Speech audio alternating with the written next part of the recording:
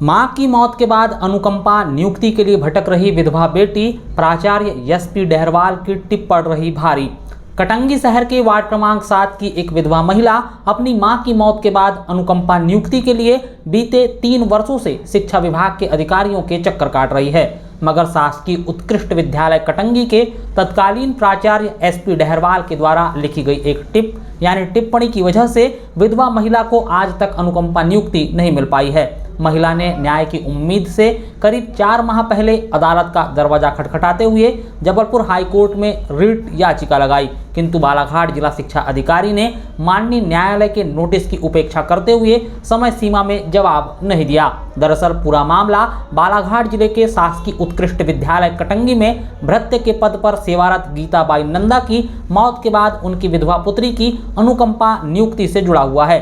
गीताबाई की सेवा में रहते हुए 9 मार्च 2021 को मौत हो गई थी, जिसके बाद गीताबाई पर आश्रित उनकी विधवा पुत्री शिव कुमारी बिनाके ने अनुकंपा नियुक्ति के लिए आवेदन किया, परंतु उत्कृष्ट विद्यालय के तत्कालीन प्राचार्य एसपी डहरवाल ने पहले तो आवेदन पर हस्ताक्षर करने से खूब आनाकानी की और फिर आवेदन में जानबूझकर एक टिप दर्ज कर दी कि मृतक गीताबाई के 2 पुत्र हैं जो मंडल निगम में कार्यरत हैं, जबकि गीताबाई के दोनों पुत्र किसी भी मंडल या निगम में कार्यरत नहीं हैं।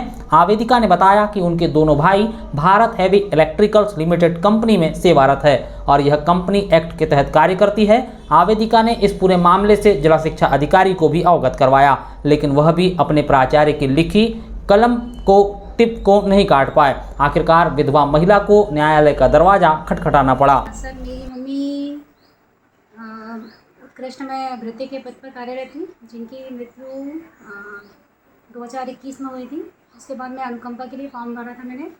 उसके लिए फिर मैंने डहरवाल सर के पास साइन करने गई थी। तो वो क्या है, मुझे अनुकंपा नियुक्ति मतलब उसके लिए फॉर्म भरना था, जहाँ से मुझे अभी तक के वो अनुकंपा नियुक्ति का प्रकरण जो है अभी तक हल नहीं हुआ, उसी की दिक्कतें चल रही।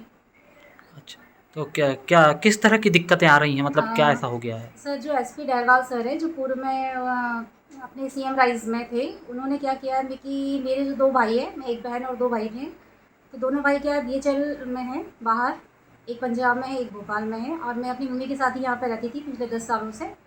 मेरी एक बेटी और एक बेटा है।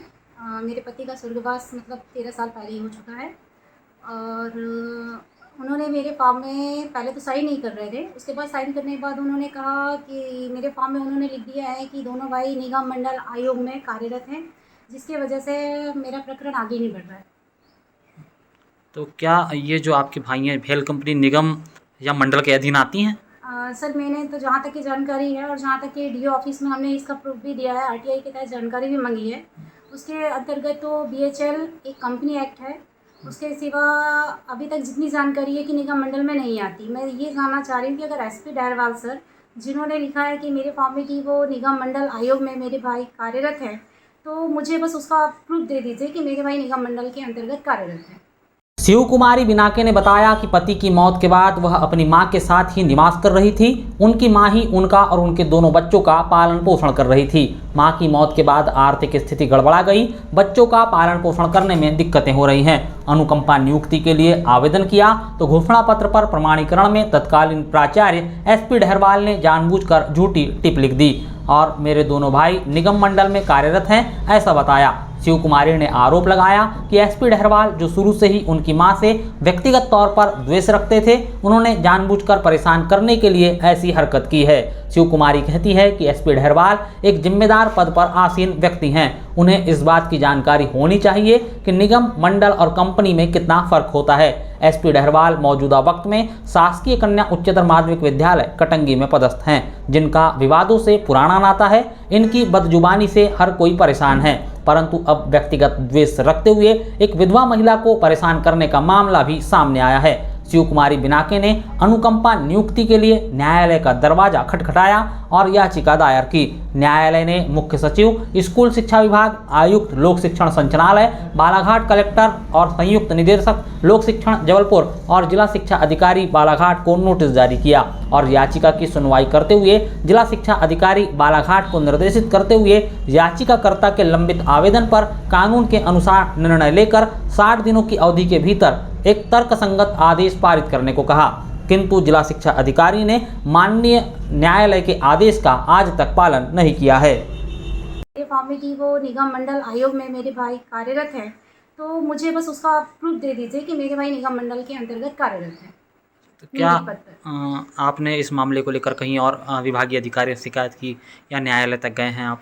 नहीं सर, डी ऑफिस गए थे हम लोग, वहाँ पे कई बार गई हूँ मैं, पर वहाँ तक कि कोई प्रकरण ही हल नहीं हुआ। वहाँ के बाबू कभी मुझे वारसन बनाने के लिए कहा जाता है, वारसन बनाने के लिए मुझे 6-7 महीने का टाइम लगा। जब मैंने वारसन जमा किया तो उसके बाद उन्होंने कहा कि नहीं, इसके मतलब इससे नहीं होगा, आप लोग कंपनी से लिखवा के लाइए कि वो निगम मंडल में नहीं आती कंपनी। तो सर मुझे ऐसा कौन लिख के देगा कोई कंपनी की निगम मंडल में आती है या नहीं आती है?